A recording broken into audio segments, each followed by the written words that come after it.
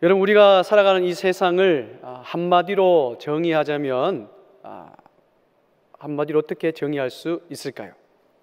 제가 설교를 준비하면서 우리가 살아가는 세상을 한마디로 정의하면 무엇으로 정의할 수 있을까 한번 생각을 해보았습니다.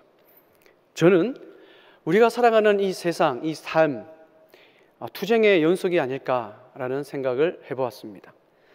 여러분, 과거 역사를 보면 힘과 권력을 얻기 위하여 끊임없이 투쟁하는 것을 우리는 볼 수 있습니다. 그 투쟁을 통하여 얻은 힘과 권력을 가지고 무엇을 하였습니까? 땅을 정복하고 나라를 세우는 것을 우리는 볼 수 있었죠. 알렉산더 대왕이나 나폴레옹 황제나 또 히틀러나 이 스탈린과 같은 정복자들을 한번 보십시오. 그들은 더 많은 나라를 정복하고 땅을 차지하기 위하여서 끊임없이 투쟁했던 것을 우리는 알 수 있습니다.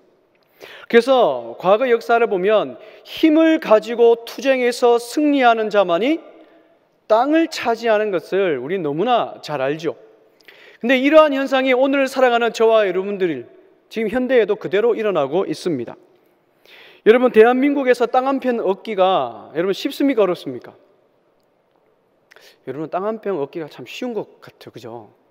여러분, 대한민국에서 땅 한 평 얻기가 쉽습니까, 어렵습니까? 어렵습니다. 근데 어려움에도 불구하고 우리가 왜 땅을 얻습니까? 내 이름으로 된 그 땅 한 평을 얻기 위하여 우리는 얼마나 많이 노력하고 모으고 절제하고 그렇게 살아갑니까? 왜 그렇습니까? 그 땅에는 나의 바람, 나의 만족, 나의 안정, 내 미래가 보장되기 때문에 어떻게 해서든 내 이름으로 된 땅 한 평을 얻기 위하여 우리는 발버둥 치며 살아갑니다. 근데 오늘 본문을 보면 예수님께서 우리에게 이렇게 말씀하십니다. 복되도다 온유한 자야. 왜냐하면 그들이 땅을 기업을 받을 것이요 라고 되어 있어요.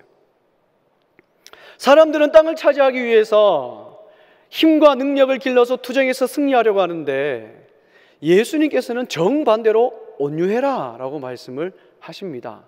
참 이해가 되지 않는 말씀이시죠. 오늘 이 시간 예수님께서 말씀하시는 이 온유함이 무엇을 의미하며 또한 온유한 자에게 주신 그 축복이 오늘날 살아가는 우리에게 어떤 의미로 다가오는지 살펴보기를 원합니다. 먼저 예수님께서는 복되다 온유한 자야 라고 먼저 선포하셨어요. 여러분, 온유한 자가 어떤 자입니까? 우리가 온유한 자 그러면 제일 먼저 드는 생각이 무슨 생각입니까?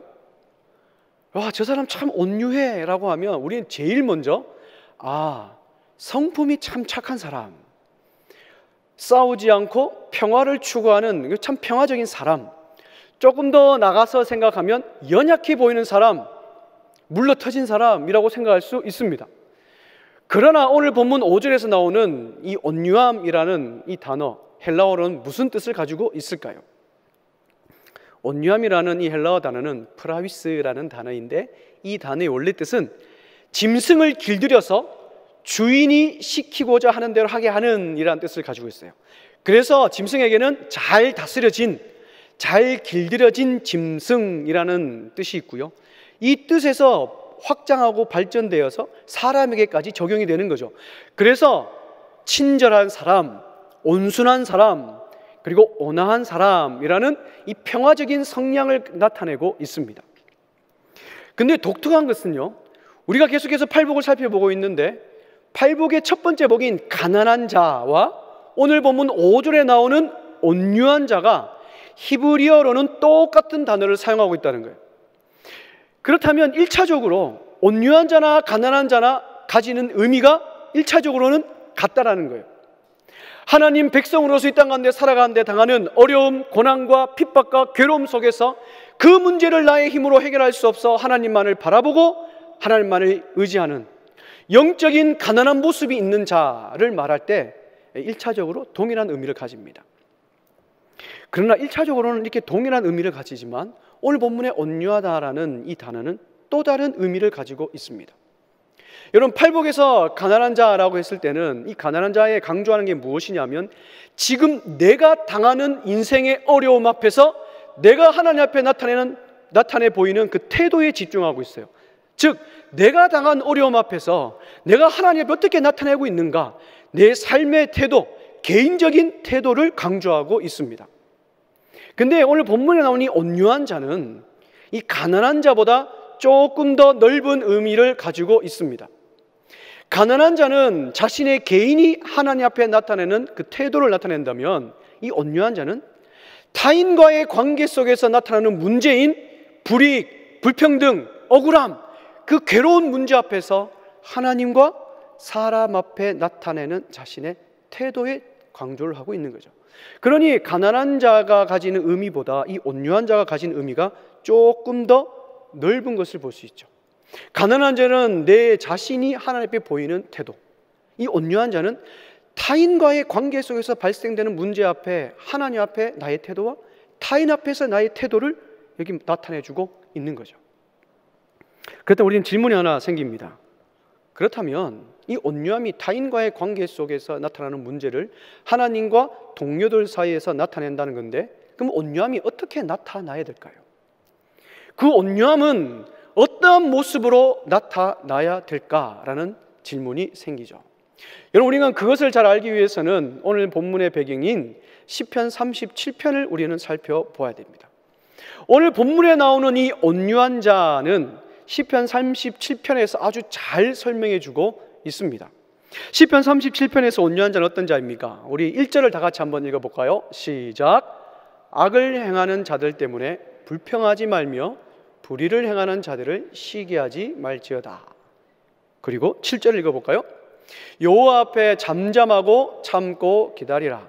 자기 길이 형통하며 악한 꾀를 이루는 자 때문에 불평하지 말지어다.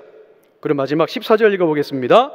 악인이 칼을 빼고 활을 당겨 가난하고 궁핍한 자를 엎드러뜨리며 행위가 정직한 자를 죽이고자 하나, 그러나 온유한 자는 이렇게 해야 된다라고 말씀하고 있죠. 요약하자면 시편 37편에서 온유한 자는 악인들의 성공을 바라보며 불평하거나 시기하거나 불안해하지 않는 자가 온유한 자다라고 말합니다. 또한 악한 자들 때문에 불이익 당하고 억울함 당하고 인생에 문제가 찾아온다 할지라도 인간적인 방법으로 복수하지 아니하고 여호와 앞에서 잠잠히 참고 기다리며 그리고 여호와께서 갚아주심을 기다리는 자가 온유한 자다라고 말하고 있죠.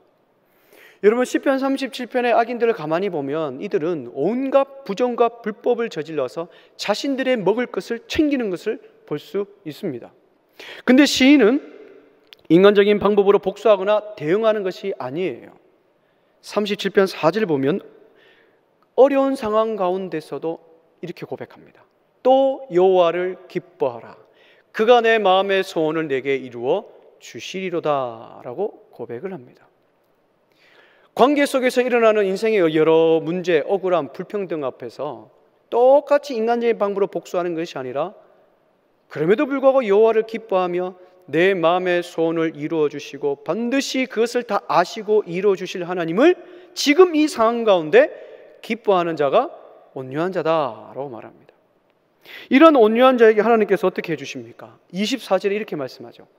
그는 넘어지나, 인간적으로 보면 온유한 자가 늘 이리 치고 저리 치고 넘어진 것처럼 보이지만 아주 엎드러지지 아니함은 여호와께서 그의 손으로 그를 붙드시는도다 라고 말씀하고 있죠. 여러분, 온유한 자는 자신의 상황이 어떠하든지 간에 하나님께 대한 신뢰와 겸손함으로 믿음을 보이는 자입니다. 악인들의 횡포 때문에 불이익 당하고 억울하게 손해보고 지는 것 같아 보여도 결국에는 하나님을 바라보며 인내하는 자는 그 인생이 넘어지지 않도록 붙들어 주시는 하나님의 그 손길을 경험하는 인생이 온유한 자의 인생이라는 거예요. 그래서 여러분, 온유한 자는 타고난 성품, 부드러운 성품, 온화한 성품을 말하지 않습니다. 아까 말씀드렸듯이 온유한 자는 내 상황이 어떠하든지 간에 하나님께 대한 자신의 신뢰와 겸손함을 믿음으로 보이는 자예요. 그리고 온유한 자는 하나님 앞에서도 자신의 위치를 아는 자입니다. 내가 내 인생의 주인이 아니라 하나님이 내 인생의 주인임을 알기에 내 마음대로 생각하고 결정하고 복수하는 사람이 아니라는 거예요. 내가 지음받은 존재이기에 하나님 앞에서 온유한 모습으로 살아갈 수 있는 거죠. 이러한 삶의 모습이 있는 자는 나와 관계하는 많은 동료들 관계 속에서도 동일하게 온유한 모습으로 살아갈 수 있다는 거예요. 여러분, 우리는 세상을 살아가면서 정말 많은 사람들과 관계를 하면서 살아갑니다. 그 관계 속에서 우리는 얼마나 많이 불평등을 당하고 불이익을 당하며 손해를 당하고 여러분 얼마나 속임을 당하며 살아갑니까? 근데 그럼에도 불구하고 온유한 자는 인간적인 방법으로 맞대응하고 복수하는 인생이 아니라 여호와 앞에서 잠잠히 참고 기다리는 온유함으로 나갈 수 있다는 거예요. 그 온유한 모습이 있을 때 내가 그것을 복수하는 것이 아니라 하나님의 갚아주심을 경험한다는 거예요. 온유할 때 갚아주시는 은혜를 경험한다는 겁니다. 따라서 팔복에서 말하는 온유함이란 타고난 성품을 소유한 자를 말하지 않습니다. 팔복에서 말하는 온유함이란 불평등과 불이익과 손해, 즉 하나님이 전혀 활동하지 않는 듯한 환경 속에서도 불평하지 않고 시기하지 않고 오직 하나님의 뜻과 섭리를 믿고 인내하는 자입니다. 그리고 이러한 모습을 동일하게 나와 관계하는 사람들, 동료들 사이에서도 그대로 나타나는 사람이 바로 온유한 사람인 것이죠. 따라서 온유함은 절대로 약하거나 연약한 사람이 아닙니다. 그리고 시기하거나 조급하는 사람이 아니죠. 왜 그렇습니까? 하나님의 뜻과 섭리를 믿고 인내할 수 있는 마음에 여유가 있고 영적인 어떻게 보면 쿠션이 있기 때문에 그래요. 그래서 참고 인내할 수 있는 힘이 있고 내 감정을 제어하고 통제할 수 있는 힘이 있기 때문에 온유한 자는 절대로 연약하지 않고 오히려 더 강한 자입니다. 그래서 아무 때서나 내 감정을 표출하지 않고 하나님의 뜻과 하나님의 나라의 섭리가 드러날 수 있도록 내 자신을 통제할 수 있는 거죠. 그래서 이러한 인생이 바로 온유한 자의 인생이라는 겁니다. 사랑하는 여러분, 지금까지 우리는 이 팔복에서 말하는 온유가 혹시 타고난 성품으로만 생각하지 않으셨습니까? 근데 오늘 본문에서 말합니다. 온유함은 절대로 타고난 성품은 아니다 라고 말하죠. 그럼 또 한 가지 질문이 생깁니다. 아니, 온유함은 타고난 성품, 천성적인 성품이 아니라고 하는데 그러면 어떻게 온유할 수 있을까? 그렇잖아요. 타고난 성품이 아닌데 어떻게 온유할 수 있을까요? 온유할 수 있는 힘은 어디서 오는 걸까요? 여러분, 우리가 살아가는 세상은 정말 온유할 수 없는 상황들이 너무나 많습니다.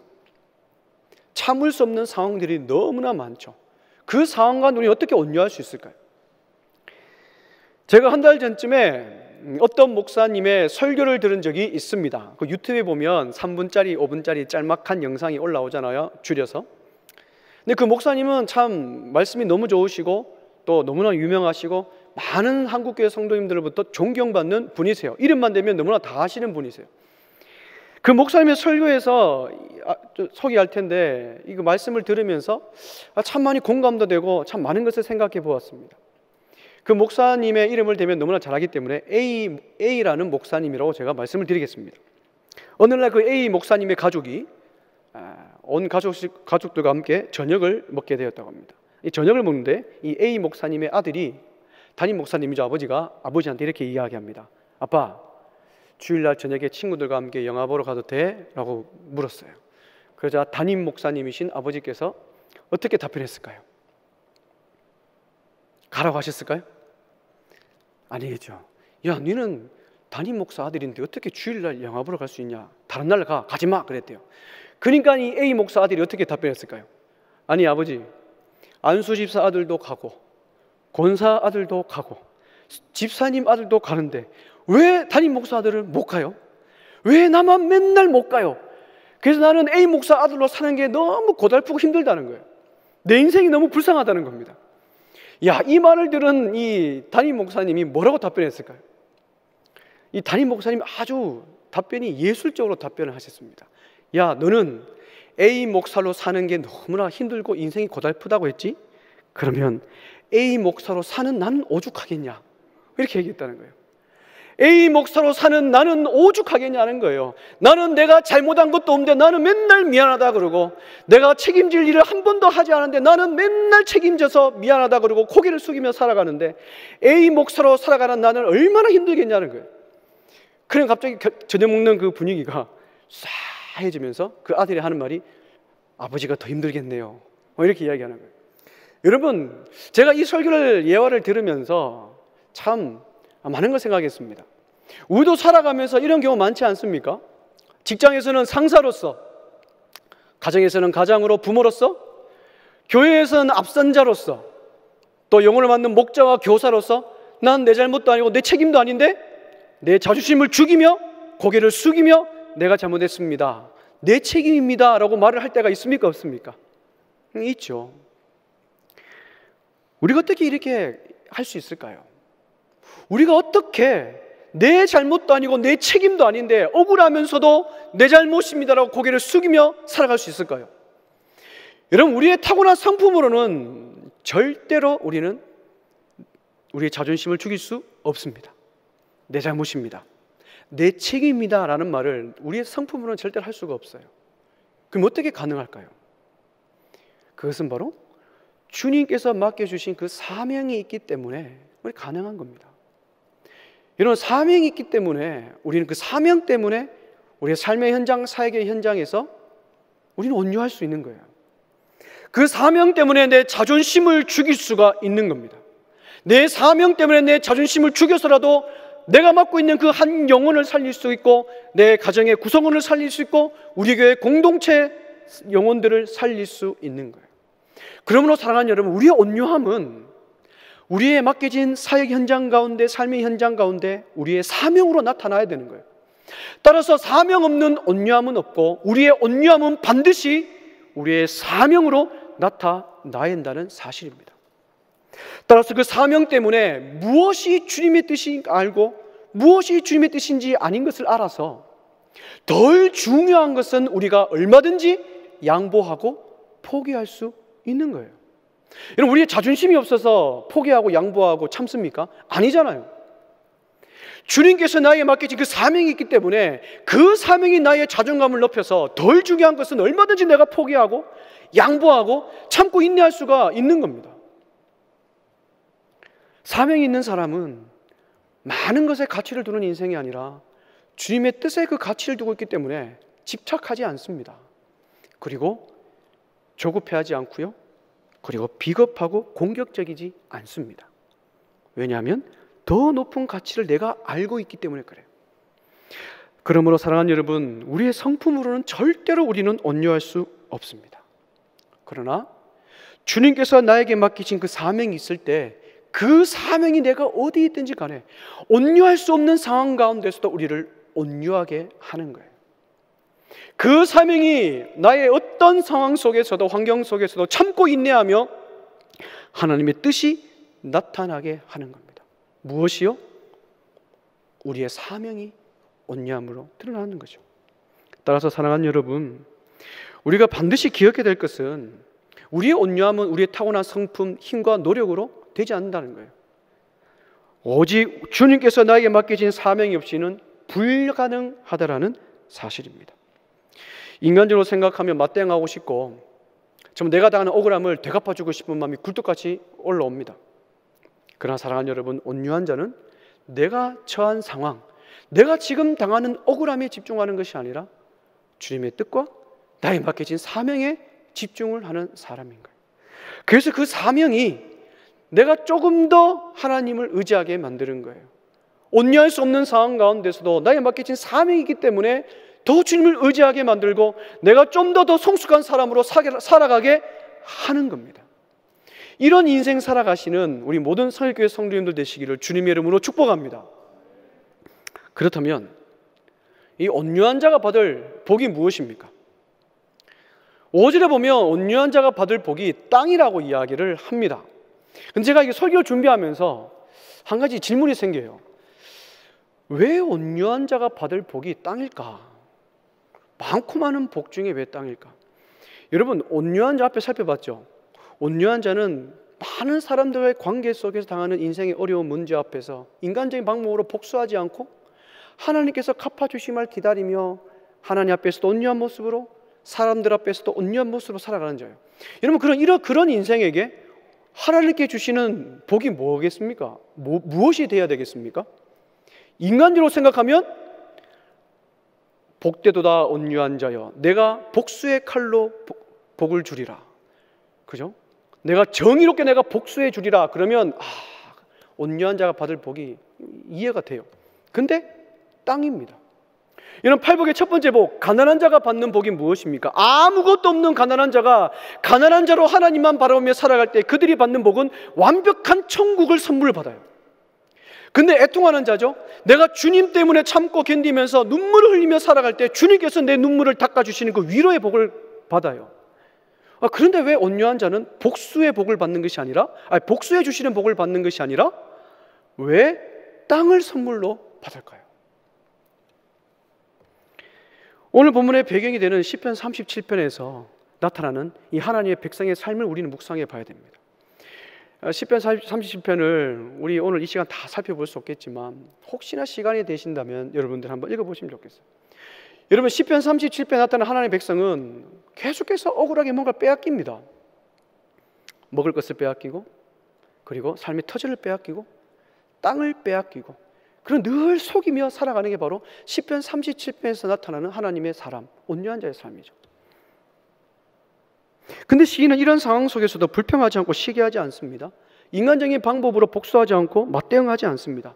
오히려 이들은 잠잠히 하나님의 뜻을 기다리는 온유함으로 맞대응하고 있어요. 온유함으로 맞대응할 때 하나님께서 어떻게 갚아주십니까?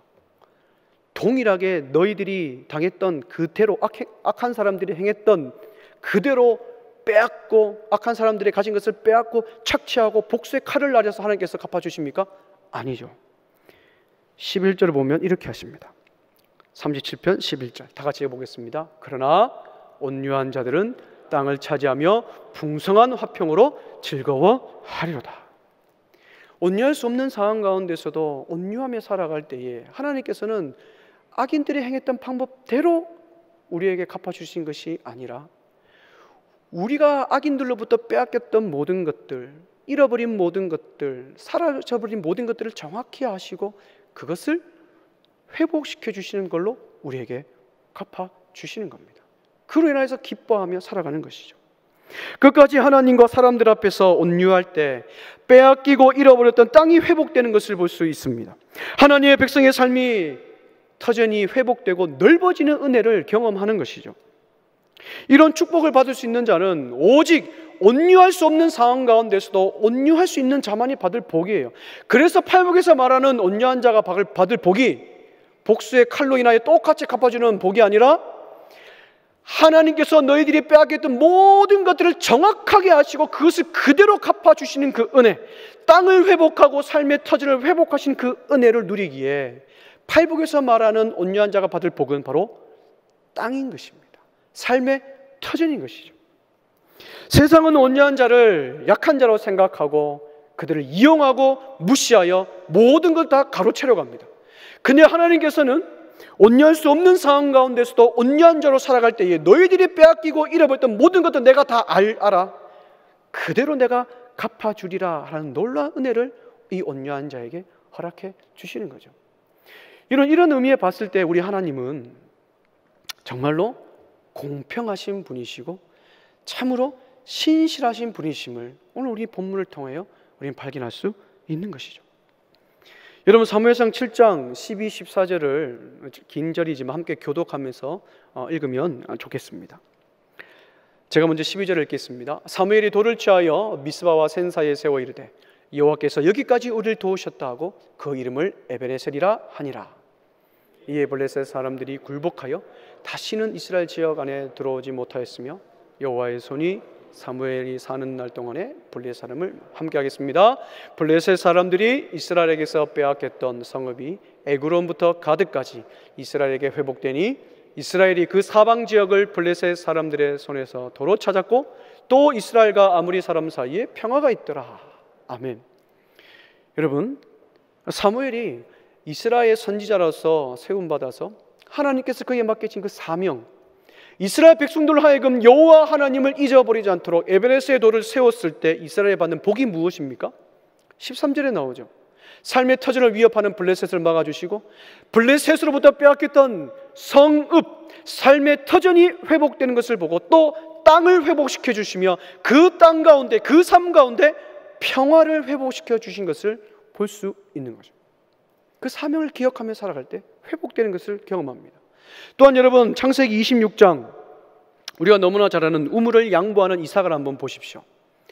첨단 장비도 없던 그 당시에 우물 하나 얻기가 얼마나 힘듭니까? 근데 이삭은 우물을 몇 번이나 양보합니까? 3번이나 양보하죠. 3번이나 양보하고 마지막 우물을 양보하고 나서 이 이삭은 26장 22절에 이렇게 고백을 합니다. 이삭이 거기서 옮겨 다른 우물을 팠더니 그들이 다투지 아니하였으므로 그 이름을 르호봇이라 하여 이르되 이제는 여호와께서 우리를 위하여 넓게 하셨으니 이 땅에서 우리가 번성하리로다 하였더라 라고 기록합니다. 내가 수고로이 해서 우물을 얻었는데 블레셋 사람, 아말렉 사람으로 그랄 사람들로 인하여 계속 빼앗깁니다. 근데 22절에 이삭이 어떻게 고백합니까? 내가 그들처럼 똑같이 인간적인 방법으로 맞대응하지 아니하고 다투지 아니하고 투쟁하지 아니하고 하나님 뜻에 순종하여 양보했더니 순종했더니 여호와께서 나의 삶의 지경을 넓혀주시는 축복을 주셨다라고 이 이삭은 고백하고 있는 거죠. 여러분 또 모세를 한번 보십시오. 여러분 성경에서 모세는 어떤 사람으로 기록하고 있습니까? 온유한 사람으로 기록하고 있죠. 하지만 모세는 온유한 사람이 아닙니다. 모세 안에는 엄청나게 큰 상처가 있고 또 충동적이고 감춰진 분노가 가득한 사람이에요. 그러나 그가 이스라엘을 이끄는 수장자로서, 대표로서 광야 생활 가운데 하나님께서 자신에게 맡겨진 그 사명을 알고 그 사명에 순종했을 때 자신을 제어할 수 있는 그 힘을 얻은 것이죠. 그게 복된 인생 아니겠습니까? 여러분, 구스 여자로 인하여서 아브라함이 자기 형 아론과 자기 누이 미리암으로부터 엄청난 비방과 저항과 그리고 리더십의 도전을 받았지 않습니까? 그때 모세가 어떻게 행동합니까? 나도 똑같이 비방하고 선동하고 다투었습니까? 아니죠. 모세는 참고 인내하면서 하나님께 기도함으로 나아갔습니다. 그럴 때 민수기 12장 3절에서 하나님께서는 모세를 이렇게 평가하죠. 이 사람 모세는 온유함이 지면의 모든 사람보다 더하더라 라고 기록하고 있습니다. 사랑하는 여러분, 이러한 온유한 사람들의 특징이 무엇입니까? 제가 앞에서 설명드렸던 이 온유한 사람들의 특징이 무엇이에요?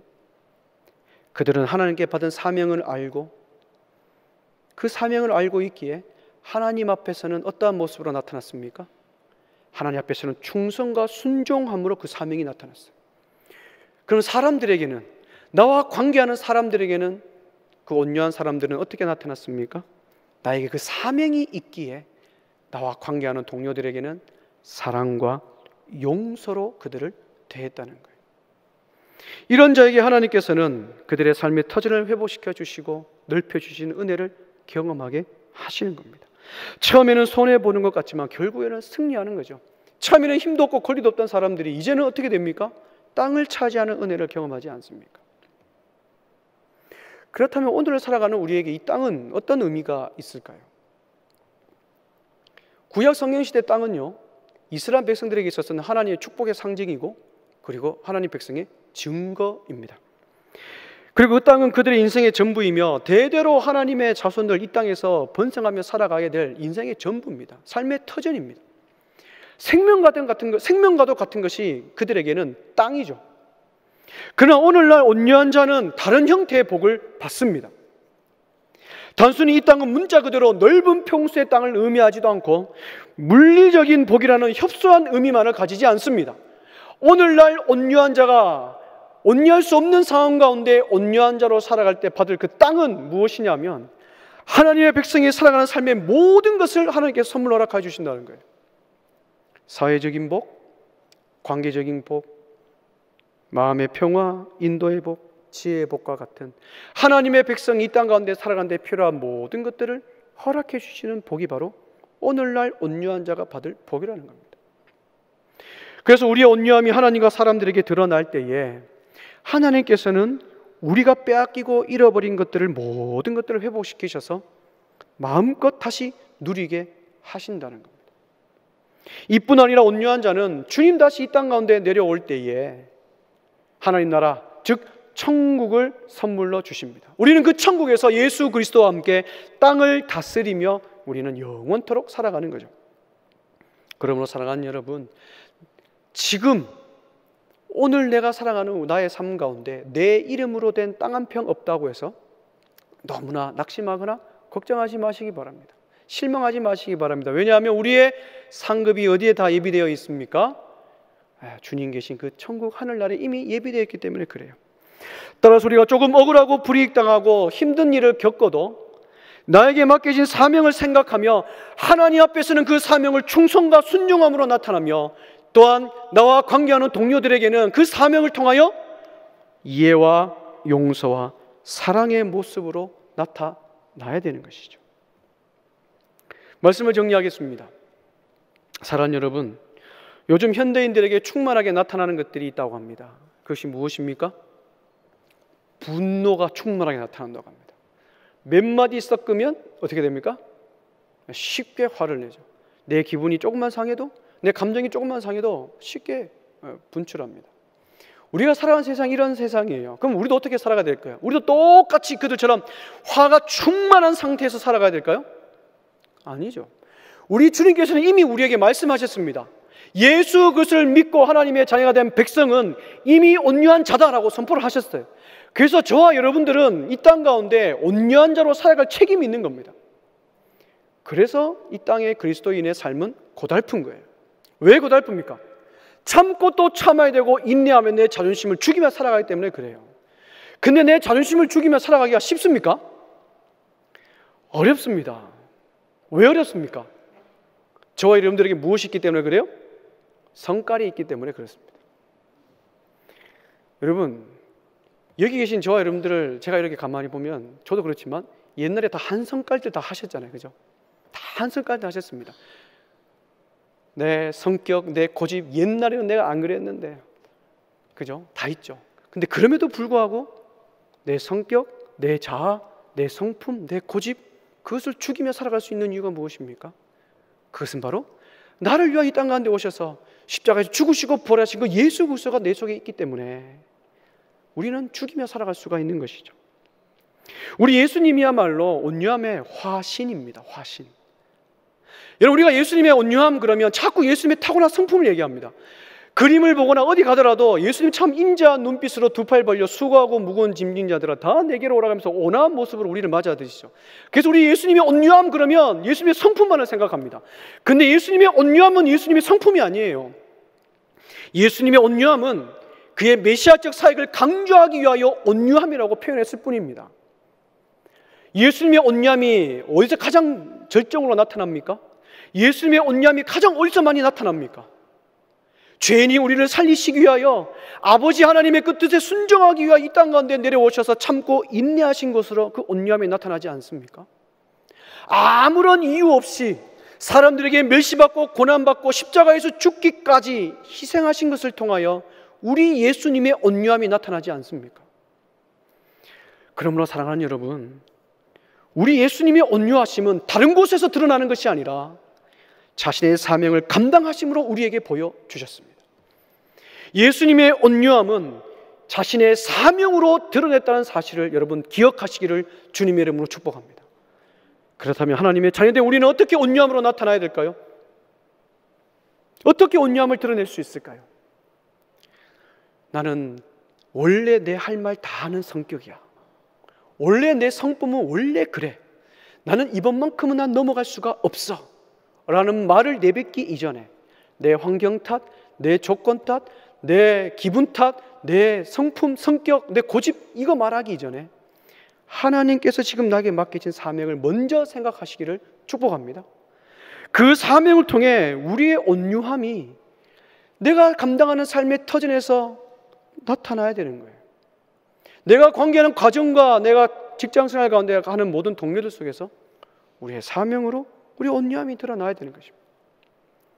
그 사명이 우리를 온유한 자로 살아가게 합니다. 그 사명이 내 자존심을 죽이게 합니다. 그 사명이 내 자존심을 죽여서 한 영혼을 살리고 우리 공동체와 우리 사회가 살아나는 역사를 경험하게 하는 거죠. 또한 온유한 자에게 온유할 수 없는 상황 가운데서도 온유한 자에게 땅을 차지하는 그 은혜, 내가 빼앗기고 내가 억울하게 손해보고 내가 잃어버린 모든 것들을 우리가 온전한 자로 살아갈 때에 다시 채우시고 그 채우신 것을 마음껏 누리며 살아가게 하신다는 겁니다.